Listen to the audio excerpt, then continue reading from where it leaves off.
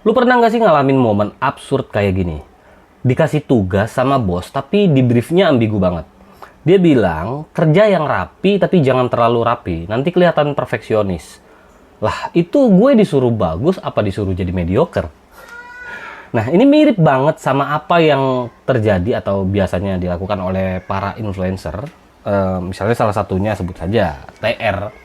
Di satu sisi dia bilang, jangan ngambil video gua sembarangan, nanti gua tuntut. Tapi di sisi lain, dia bilang, kalau lu kreatif dan klip lu keren, gua kasih uang, gua rekrut lu. Itu bukan sekedar kontradiktif ya, itu adalah strategi psikologi sosial tingkat dewa. Dia ngasih lu dua rasa yang saling bertolak belakang dalam satu kalimat. Takut dituntut, berharap dipekerjakan, dan dua-duanya bikin lu jadi mikir, bikin lu ragu, bikin lu stay, atau bahkan bikin lu jadi ngeklik videonya dia.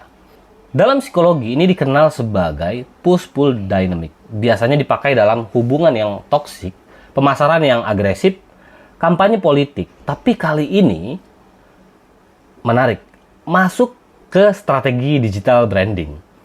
Lu didorong dengan ancaman hukum, tapi langsung ditarik dengan hadiah dan pengakuan.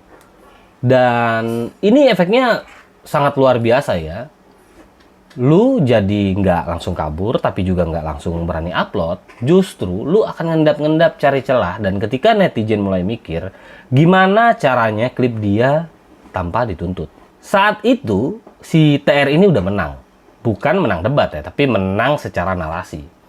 Strategi ini kayak misi ngasih ke gamer.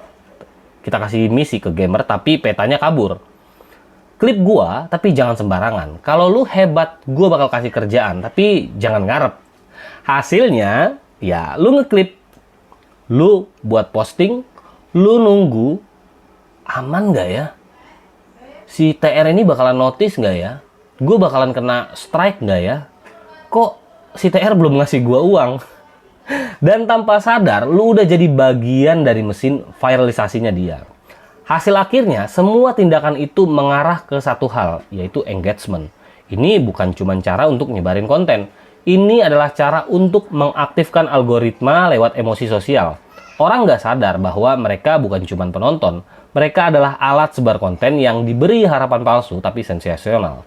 Bahkan, saking mulusnya, strategi ini lu jadi ngerasa kalau lu berhasil, itu karena lu jago. Kalau lu gagal, itu karena lu nggak layak. Padahal, dua-duanya bisa jadi dari algoritmanya, bukan karena merit system.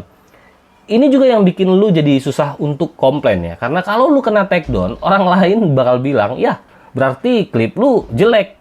Kalau lu nggak dikasih uang, orang lain mungkin bakal bilang, ya lu nya aja yang nggak kreatif. Tapi di sini nggak ada aturan yang jelas, nggak ada kontrak, nggak ada panduan. Klip yang bagus itu seperti apa? Lu ibarat kayak ikutan audisi, tanpa tahu jurinya siapa, tanpa tahu kriteria penilaiannya apa, dan kadang jurinya sendiri itu ikut tampil jadi peserta.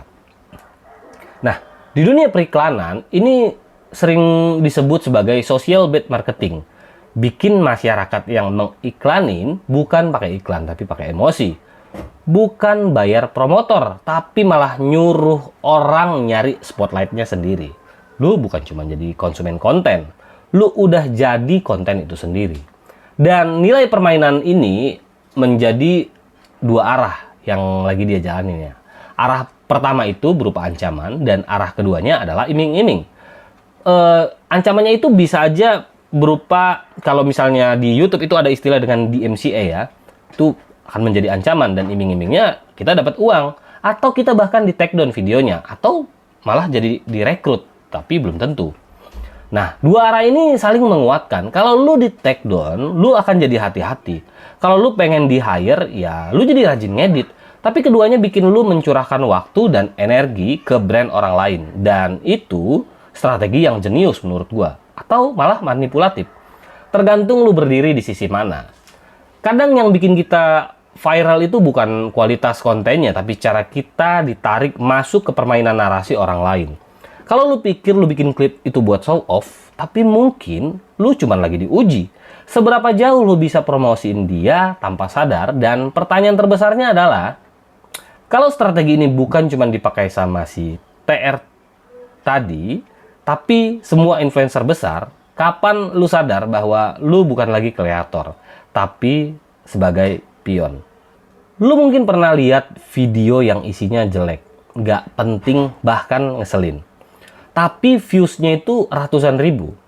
Sementara video lu yang udah lu edit 4K, pakai transisi jedak-jeduk CapCut, malah cuman lu sendiri yang nonton. Ya, selamat datang di dunia algoritma. Lu harus ngerti satu hal penting. Algoritma YouTube itu buta, tapi bukan bodoh. Dia nggak peduli lu ngasih inspirasi atau ngasih halusinasi. Yang dia lihat itu cuma satu. Apakah video lu membuat orang berinteraksi? Like, dislike, komen, share, klip, replay, bahkan rewatch karena penasaran. Nih orang ngomong apaan sih tadi? Semakin banyak sinyal itu, semakin video lu dikira penting. Nah, sekarang kita masuk ke kasusnya si TR ini. Dimana lu dibilang, kalau lu klik video dia, YouTube akan mendeteksi. Oh, ini konten yang dicari banyak orang. Banyak yang bikin ulang videonya dia. Banyak yang reaction. Banyak yang tertarik. Dan boom, exposure dia naik dong. Authority dia makin tebel. Search term dia, si TR, langsung punya nilai SEO. Bahkan, kalau lu bikin video yang ngejek dia pun, kalau judul lu ada namanya, di thumbnail lu ada mukanya, dan isinya nyebut dia 30 kali, algoritma bakalan tetap mikir, TR ini pasti penting banget ya. Nih, kasih exposure lebih. Gini bro, logika algoritma itu bukan moral manusia. Dia bukan polisi. Dia lebih kayak maklar traffic. Lu ribut, dia seneng. Lu debat, dia senyum. Lu saling cancel, dia bakalan bilang, yes, konten panas. Kasih prime time. Bahkan menurut studi YouTube sendiri, video yang menuai kontroversi atau perdebatan justru mengalami lonjakan distribusi karena banyak interaksi silang. YouTube nggak bakalan ngelihat apakah ini menginspirasi, apakah ini membodohi publik, apakah ini bertentangan dengan moral. Yang mereka lihat, apakah ini bikin orang diem untuk nonton. Atau bikin orang komen, nyaut, ngetik, panjang-panjang tanpa ditanya. Makanya ketika si TR pasang strategi klip gua kalau lu bisa, tapi awas gua tuntut, dia itu seolah-olah ngeluarin jebakan ke semua tipe netizen. Netizen yang kreatif mungkin bakalan bilang gini, coba gua remix deh, siapa tahu nanti gua di notice. Yang nyinyir, gua bahas nih orang, kok bisa-bisanya ngancem tapi ngajak kerja. Dan netizen yang penasaran, sebenarnya kontennya kayak apa sih kok sampai rame gini? Dan yang oportunis, gua bahas dia biar dapat traffic, dan semua itu akan ngasih makan algoritma. Sekarang lu bayangin deh, ini kayak gladiator digital. Si TR lempar pedang ke tengah arena, terus netizen ribut bantai-bantaian bikin video, nge-reaction, debat di komen, dan dari kejauhan, algoritma YouTube bakal duduk di tribun sambil makan popcorn. Good content, kayak gini yang gua mau, kata YouTube. Mari kita breakdown. Cara algoritma YouTube bekerja biar makin kebuka. YouTube itu punya beberapa komponen algoritma. Ada CTR, watch time, engagement rate, session time, dan beberapa hal lainnya, atau misalnya content network. Nah, CTR ini itu yang ada di thumbnail dan judul. Dan waktu session time itu waktu kita nonton, dan network content network itu ada kaitannya dengan video lu dengan video lainnya. Nah, si TR ini kan muncul di banyak klip ya. Dia nge-reaction di banyak niche seperti motivasi, edukasi, bahkan ada yang roasting, bikin meme, bikin orang jadi stay lama di YouTube. Video lu ini ngebantu ngedorong performa dia. Lu pikir lu kritik buat algoritma, lu itu adalah endorser tak resmi. Bahkan ketika nonton lu karena benci dia, mereka tetap nyari siapa sih si TR. Terus mereka klik juga videonya. Akhirnya dua-duanya dapat view. Tapi siapa yang makin kuat di mata algoritma? Ya tentu aja yang namanya disebut, bukan lu. Di dunia algoritma, yang paling sering disebut adalah yang paling sering diangkat. Analoginya gini bro, algoritma itu kayak kasir supermarket, bukan kurator galeri seni. Dia nggak nanya karya mana yang paling bermakna. Dia cuma nyatet barang mana yang paling laku. Dan TR tahu betul cara masuk ke rak depan. Sekarang coba bayangin, kalau semua ini bukan kebetulan, tapi emang udah dihitung, didesain, diolah, dan dijadikan sistem branding. Menciptakan kontroversi mikro, mengaktifkan algoritma. memperluas jaringan nama, dan lu tanpa sadar adalah salah satu node dari jaringan itu. Pertanyaannya sekarang, apakah lu ikut menyebarkan atau mulai belajar dari strategi ini untuk bikin versi lu sendiri? Kalau TR bisa mainin algoritma lewat ancaman dan hadiah, kenapa lu nggak bisa bikin strategi lu lewat narasi dan keunikan? Jadi gimana hukum digital ngelihat semua ini? Dan apakah ngancam tapi ngajak kerja itu etis, legal, atau tapi abu-abu secara digital? Gini bro, di dunia maya ada dua jalan yang kadang bertabrakan. Jalan hukum yang diaspal oleh undang-undang, pasal-pasal, dan term of service. Ada juga jalan etika yang dibangun pakai rasa, akal sehat, dan empati dari netizen. Seringkali yang viral adalah orang yang ngebut di tengah-tengah dua jalan itu. Dari sisi hukum emang bisa dituntut? Jawabannya ya bisa banget. Di Indonesia, hak cipta itu diatur dalam Undang-Undang Nomor 28 Tahun 2014 tentang hak cipta, didukung sama peraturan pemerintah dan Kitab KUH Perdata. Lu upload potongan video milik orang lain tanpa izin, tentu lu bakalan bisa dianggap melanggar. Apalagi kalau lu nggak ngasih kredit atau ngasih informasi lu ngambil dari mana, mengubah konteks jadi menyesatkan, memonetisasi kontennya tanpa transformasi, dan sanksinya gugatan ganti rugi secara perdata, bahkan mungkin lu bisa dipidanakan. Meskipun pada praktiknya jarang yang sampai ke penjara ya, tapi reputasi bisa jadi hancur, channel lu bisa hilang, dan lu tahu siapa yang paling gampang kalah di pengadilan algoritma? Tentu kreator kecil. Di MCA ini seperti pedang bermata dua ya. Di dunia YouTube, mekanisme pelaporan hak cipta dilakukan lewat sistem. Di MCA, mungkin ada yang belum tahu, di MCA ini adalah Digital Millennium Copyright Act. Di MCA ini kayak sistem keadilan otomatis. Siapapun bisa mengirim takedown notice ke YouTube, wajib nurut atau dia yang dituntut, dan akibatnya video lu bakalan hilang. Channel lu kena strike.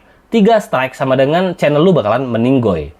Tapi sistem ini juga bisa disalahgunakan, makanya ada fitur counter notification. Lu bisa ngajuin banding, fair use claim, kalau lu ngerasa penggunaan lu sah. Masalahnya, YouTube kan bukan pengadilan. Kalau pihak pertamanya ngotot, lu disuruh lanjut ke meja hijau, lu bayangin aja deh.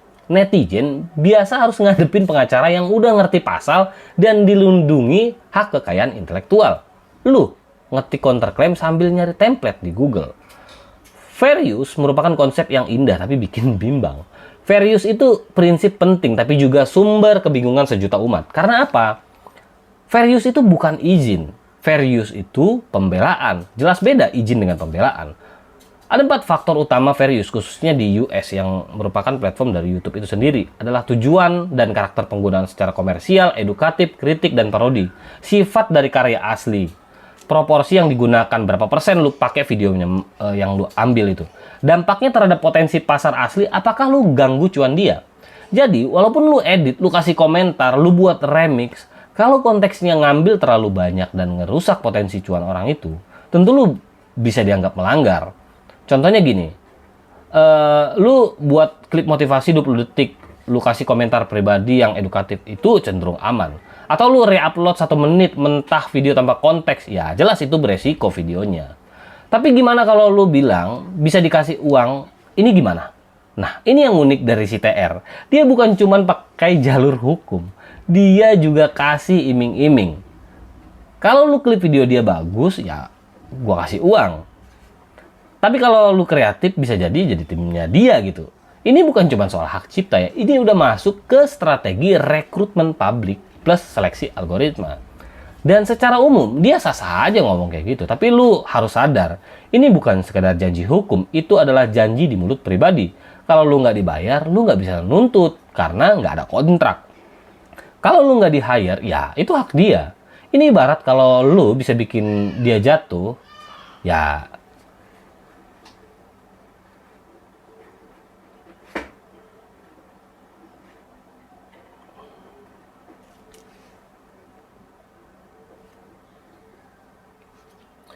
ini ibarat kalau kamu bisa bikin jatuh cinta dia, ya dia bakal nikahin kamu. Tapi setelah kamu jatuhin dia, dia malah ngeghosting. Hukum jelas gak bakalan bisa bantu lu bro. Etika digital di mana garisnya? Jadi kalau secara hukum si TR punya hak, maka pertanyaannya berubah. Secara etika apakah ini strategi yang adil? Ini Kayak lu bilang ke orang, lu boleh makan gua, tapi kalau lu cara makannya jelek, bakalan gua tendang dari pesta. Strategi ini bikin netizen jadi ragu-ragu mau klip video, takut diserang atau diekspos. Merasa diuji tapi nggak tahu cara aturan mainnya, etikanya jadi blur. Karena permainannya diatur sama dia, standarnya juga dia yang pegang. Ini bukan fair game, ini adalah teka-teki buat nyari follower paling nurut. Apakah ini manipulatif atau cerdas? Jawabannya dua-duanya. Cerdas karena berhasil menciptakan exposure besar tanpa iklan. Manipulatif karena pakai taktik ambiguitas hukum dan emosi netizen. TR menciptakan fear lewat ancaman hukum. Hope lewat janji hadiah. Uncertainty lewat aturan yang nggak jelas. Dan semua ini bikin netizen harus mikir, terus nonton, terus klip. Bahkan lu yang awalnya cuma niat ngedit buat lucu-lucuan, bisa jadi sekarang jadi mikir balik ya. Gue masuk perangkap nggak ya? Dan di dunia digital hari ini, kita nggak cuman berhadapan sama konten. Kita berhadapan sama strategi di balik konten. Dan ketika hukum, algoritma, dan etika saling tumpang tindih, yang paling rugi adalah netizen yang nggak ngerti permainannya. Maka sebelum lu klip, lu reaction, lu remix, tanya dulu ke diri lu sendiri. Ini buat edukasi atau buat sensasi? Ini memperluas diskusi atau cuman arus polarisasi? Dan kalau gue kena strike, apakah gue siap? Atau cuma ikut-ikutan?